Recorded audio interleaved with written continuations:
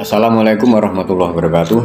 Bismillahirrahmanirrahim. Alhamdulillahirrahmanirrahim. Wa bihi nasta'inu ala amri dunya waddin.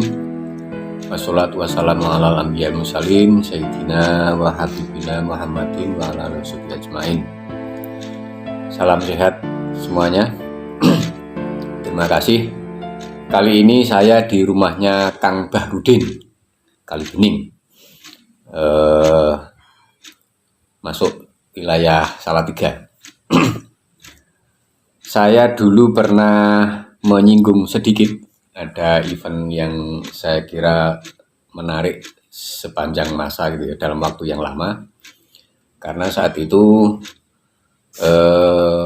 Kang Bahrudin termasuk saya, atau dulu tim komunitasnya namanya belum punya nama saat itu ya. Nadika belum. Belum, Nadika belum. Oke. Waktu itu BP3M. Oke, BP3M nanti akan kita kupas juga karena misalnya di Matole Huda ada BP2M, hampir sekurun.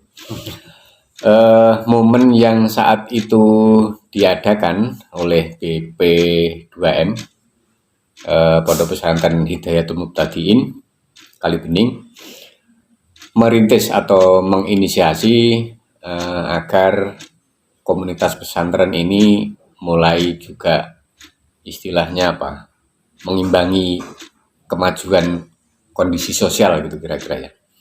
Karena memang harus dilakukan bagaimana pesantren menjawab tantangan sosial, bagaimana pesantren mengawal perubahan sosial masyarakat dan seterusnya ini. Sekali lagi, dulu pernah saya sampaikan itu dan mungkin ada banyak pemikiran yang masih tersisa karena sudah hampir berapa itu ya? 20 tahunan lebih. Lebih. Taruhlah 25 tahunan. Ya, 25 tahunan.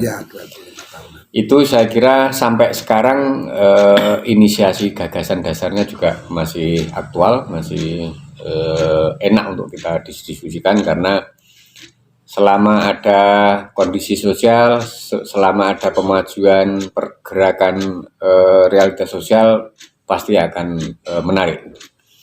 Nah, sekali lagi saya mengucapkan terima kasih sekali kepada Kang Bahrudin, atau pernah dipanggil Gus Din juga ya di beberapa komunitas itu.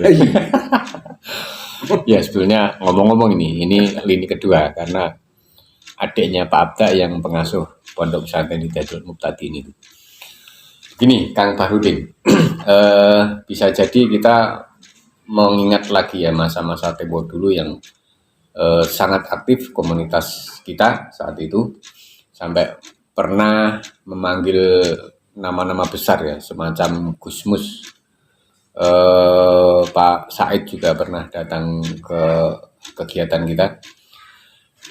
Itu yang menjadikan kayaknya kenangan tempo dulu yang memang manis untuk diulang kembali karena itu berkaitan dengan perkembangan zaman dan respon kita terhadap kondisi sosial. Itu kira-kira Pak Bahrudin, ini kalau saya minta bercerita bagaimana dulu mengadakan seminar kecil yang ada di pesantren kecil juga di Susuan di Mbah Barok itu terjadi, monggo silahkan disampaikan gagasan awalnya bagaimana sebetulnya, dan bisa jadi sampai dengan saat ini kita posisikan seperti apa gitu. Monggo. Masih Assalamualaikum warahmatullahi wabarakatuh. Waalaikumsalam warahmatullahi. Alhamdulillah, salatullah, salamullah ala rasulillah wa ala alihi wa sahbihi wa mawala wa ta'ala. Matur nuwun Kang Dul, teman-teman, pemirsa. Sebenarnya saya dengan Kang Dul ini sahabat lama, sesama ya sok-sok jadi pegiat aktivis. Jadi, sebenarnya beliau ini kalau panggil saya Din gitu aja, saya juga Dul gitu. Bagus. Oke, ya dulu saat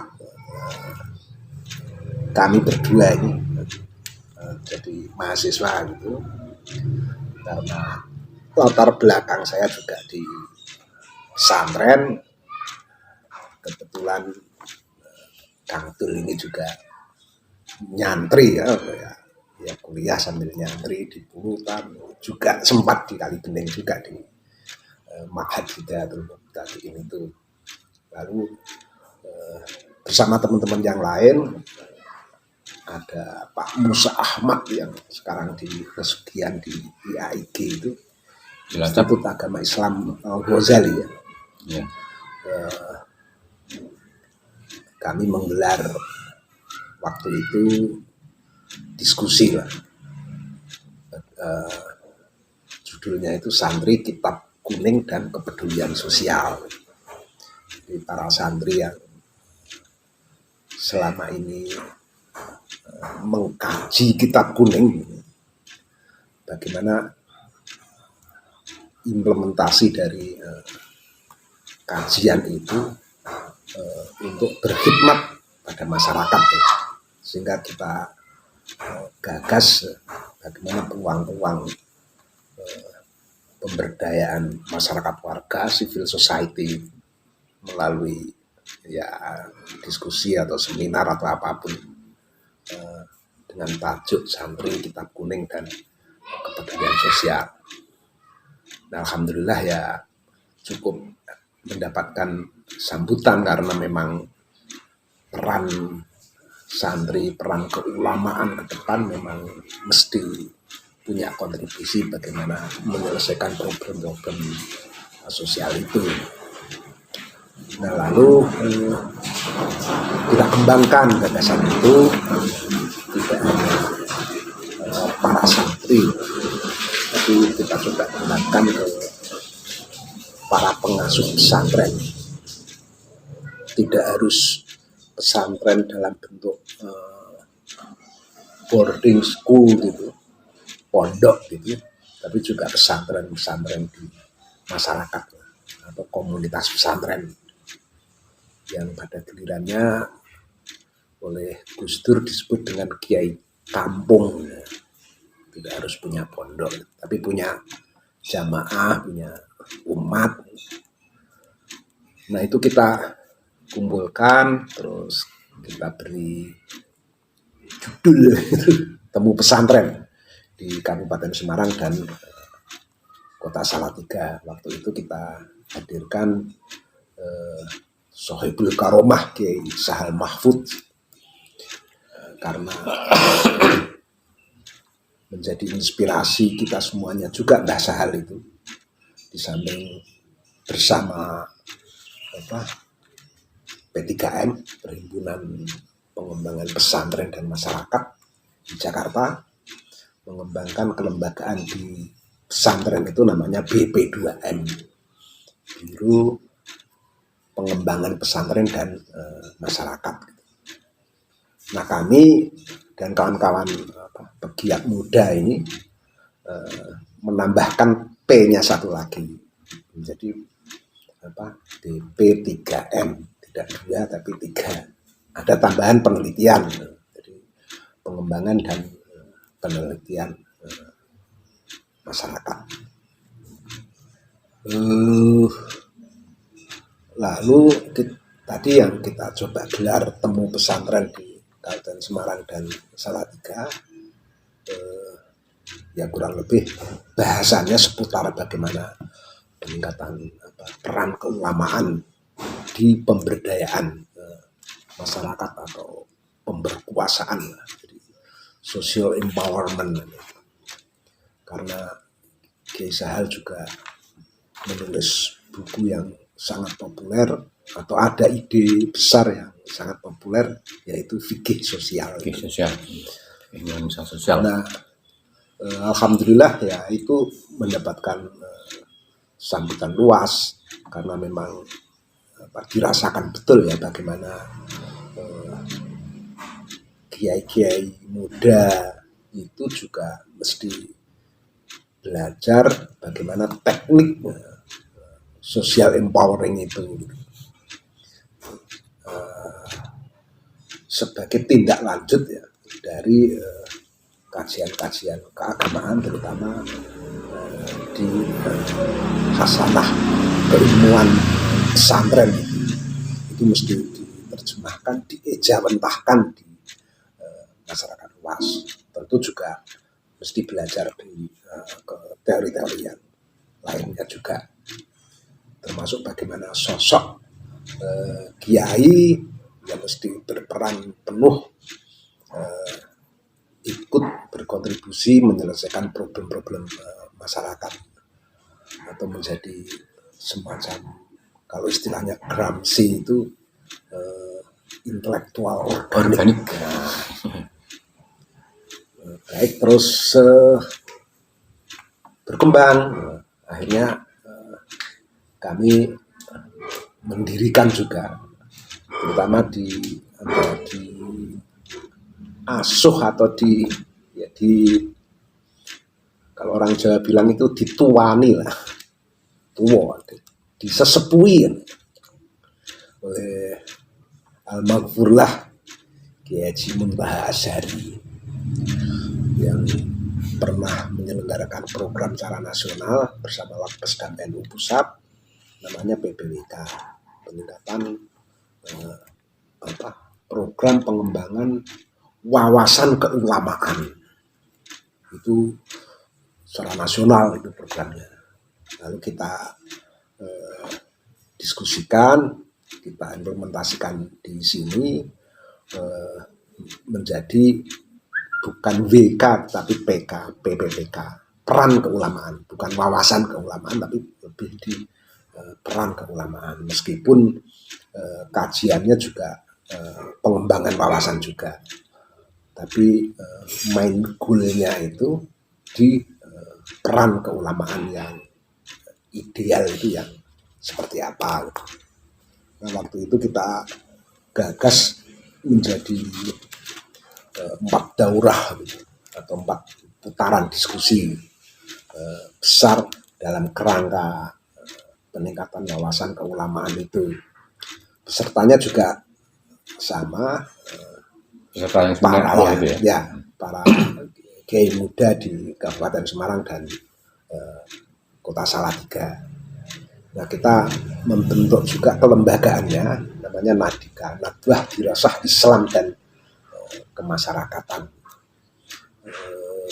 Jadi dirasah, Nadwah Dirasah, Nadika, Nadwah Dirasah Islam dan Kemasyarakatan. Lebih di dirasahnya ya, di pembelajarannya lah, pembelajarannya bagaimana tentang Islam dan kemasyarakatan itu. Nah, itu kita coba bagi ke 3 besar gitu, 3 tema besar. Yang satu mencoba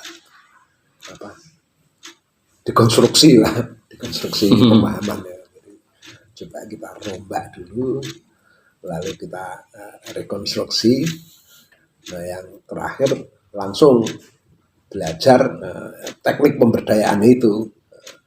Bahkan kita hadirkan fasilitator top Indonesia ini yang sudah melalang buana memfasilitasi lembaga-lembaga pemberdayaan masyarakat di seluruh Indonesia, namanya Pak Wiladi Budiharga.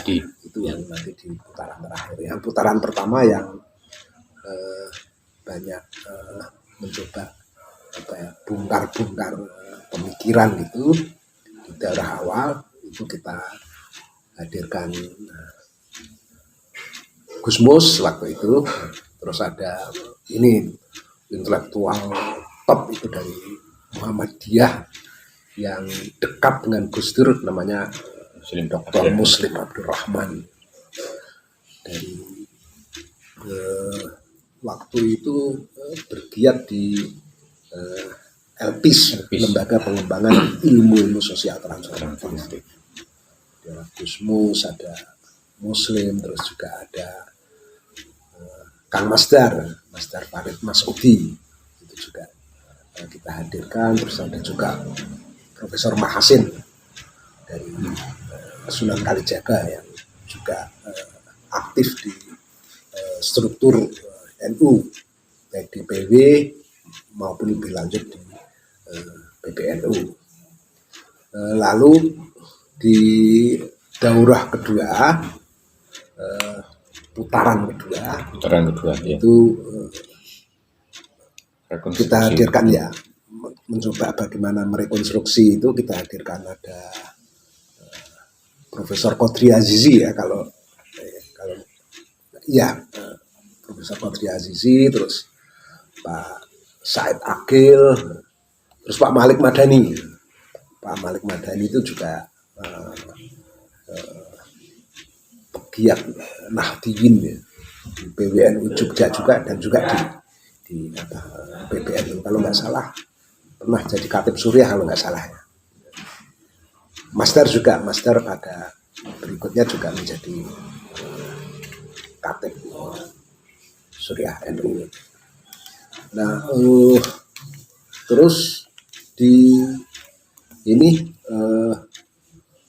daurah 3 dan 4 itu mencoba belajar dari luar. Jadi kita mencoba menggali pengalaman dari praktek-praktek terbaik yang dilakukan oleh pegiat pemberdayaan itu. Bahkan waktu itu kita hadirkan Romo Utomo, almarhum Romo Utomo. Romo Utomo itu getol di pangan sampai gerakannya itu dinamai dengan Hari Pangan Sedunia. Itu Romo Utomo. Jadi ada pengalaman konkret yang coba kita suguhkan pada teman-teman kiai muda di Kabupaten Semarang dan Kota Salatiga itu. Juga waktu itu kita minta juga almarhum Mas Fajrul Falah untuk berbagi juga. Ya, energik juga, karena dia juga intelektual muda yang aktif di gerakan pemberdayaan juga. Dan juga ada kawan dari Amerika namanya Blair King, itu dari mana saya lupa, dari University of California atau dari mana ya saya lupa. Itu juga karena dia banyak meneliti tentang gerakan pemberdayaan masyarakat di Indonesia ini, kita minta untuk banyak berbagi. Jadi di daurah 3 ini kita banyak belajar bagaimana praktek-praktek terbaik pemberdayaan di masyarakat. Nah, baru daurah 4 langsung merencanakan aksi nyata, tidak lagi menghadirkan narasumber, tapi langsung menghadirkan fasilitator top, namanya Pak Wiladi Budiharga. Kita belajar bagaimana teknik-teknik pemberdayaan, bagaimana merumuskan perencanaan, jadi teknik perumusan strategic planning dan programming itu kita bahas selama berapa hari itu, 3 atau 4 hari itu di Kaliurang sana. Dan juga dibantu juga oleh kawan dari Jakarta, Pak Raymond Toruan, dulu GM-nya ke Jakarta Post gitu, termasuk bagaimana belajar pemetaan sosial. Jadi masing-masing peserta kita ajak untuk melihat, untuk melakukan pemetaan di desanya masing-masing, dari lengkap dari situasi terutama ekonominya ya, sampai dengan sosial politiknya juga, bagaimana para kiai itu bisa melihat kenyataan yang ada di desanya masing-masing, termasuk juga bagaimana resources desa yang mesti dikelola dengan sebaik-baiknya. Artinya betapa ini ya sedemikian rupa para pemuka agama di kampung-kampung itu untuk tidak hanya, saya bilang tidak hanya ansih bicara tentang apa ya, fikih mahdoh gitu atau apa istilahnya, tidak bicara tentang halal haram, tapi sudah bicara bagaimana pengelolaan resources desa itu sehingga berdampak positif bagi kesejahteraan masyarakat desa itu yang utama kita harapkan begitu. Nah, terakhir saya banyak ketemu dengan para peserta itu yang tentu sekarang sudah jadi kiai sepuh ya.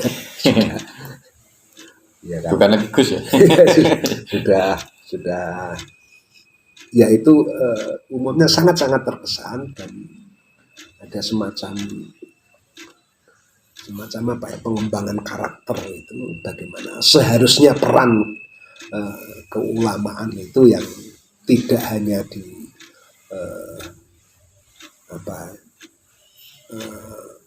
penguatan atau dakwah terkait dengan ibadah mahdoh gitu, yang selalu pijakannya itu selalu di vertikal gitu, tapi betapa pentingnya ibadah sosial yang sifatnya horizontal, karena hakikatnya juga ujung-ujungnya ke sana. Manusia yang paling baik yang bermanfaat pada sesama. Jadi karena indikatornya itu lebih bermanfaat, bahkan di pesantren-pesantren itu juga ada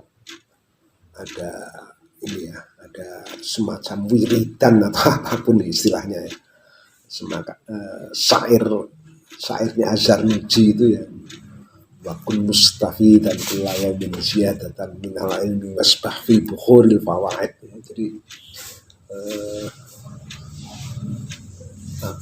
fawaid fi wasbah fi bukhuril fawaid. Jadi setiap hari harus selalu berenang di samudra kefaedahan. Jadi ada kunci kefaedahan, kebermanfaatan, kebermaknaan bagi sesama itu yang menjadi utama, bahkan segala-galanya. Bahkan Tuhan pun kan sebenarnya juga menilainya itu kan dari sisi itu kan, bukan dari sisi hubungan vertikalnya, tapi justru ketika secara horizontal bagus ya dengan demikian. Bahkan nanti menilai dosa juga begitu gitu. Kalau vertikal saya kira tidak terlalu masalah karena Tuhan kan Maha Pengampun, tetapi kalau dosa horizontal, dosa sosial, kalau saya menyakiti Kang Dul ya saya tidak bisa serta-merta minta ampun pada Tuhan. Ya harus saya selesaikan. Baru Tuhan mengampuni kan gitu. Logikanya kan begitu. Itu yang positif juga begitu. Yang positif juga begitu. Saya bermanfaat bagi sesama, ya dengan demikian Tuhan akan menilai sebagai satu perbuatan baik. Nah itu secara umum yang ini mudah-mudahan terus bergulir ke santri-santri, ke para pelajar-pelajar itu agar ke depan menjadi orang yang solih itu ya amal solih itu ya dilihat dari bagaimana peran sertanya bisa menyelesaikan problem-problem kehidupan dalam segala hal, termasuk lingkungan juga, karena ancaman ke depan yang luar biasa dahsyatnya itu kan ancaman climate change gitu, itu yang harus dipahami oleh para santri juga, karena hanya dengan itu kita semuanya boleh klaim sebagai orang yang bermanfaat. Begitu saya kira kan. Iya, menjadi teringat ya. Begitu luar biasanya gagasan Tempo dulu. Iya. Pertanyaannya sederhana, ini dokumentasinya masih enggak nih kalau dicari-cari. Tapi paling enggak ini ada beberapa hal yang bisa kita catat ya. Kita memang menginisiasi kondisi awal supaya pikiran-pikiran orang besar, mulai dari siapa Gus Dur, dari Mbah Sahal, siapapun, itu juga kita maknakan kembali ke situasi sekarang, sehingga ini menjadi bekal santri ya. Tidak santri utun, tapi santri yang punya perspektif sosial juga, ada aksi nyata ke masyarakat sekitarnya, di komunitasnya, sehingga pada akhirnya mempunyai kemanfaatan bagi siapapun, baik itu komunitas lingkungan hidup maupun komunitas lingkungan sosial. Wah, ini memang benar-benar susah ini kalau dirangkum Kantin, karena banyak sekali. Tapi paling tidak kami sudah menyuguhkan ke Anda semuanya ada gagasan-gagasan yang cukup menarik untuk terus didiskusikan, dan saya kira belakangan kalau saya melihat di beberapa medsos itu santri juga mengimbangi perkembangan ini, termasuk ikut terlibat aktif di pemanfaatan teknologi informasi. Ya, nanti kita cobalah kita connect teman-teman yang masih intent di sana, tetapi juga masih harus mengulik-ulik lagi gagasan-gagasan awal yang ya paling tidak ada beberapa poin yang bisa kita angkat dan kita sodorkan ke permukaan menjadi diskusi yang aktual itu kira-kira. Pemirsa, saudara semua yang saya cintai, kira-kira. Atau mungkin saya tambahkan sedikit aja dari cerita singkat atau panjang tadi nggak tahu tadi.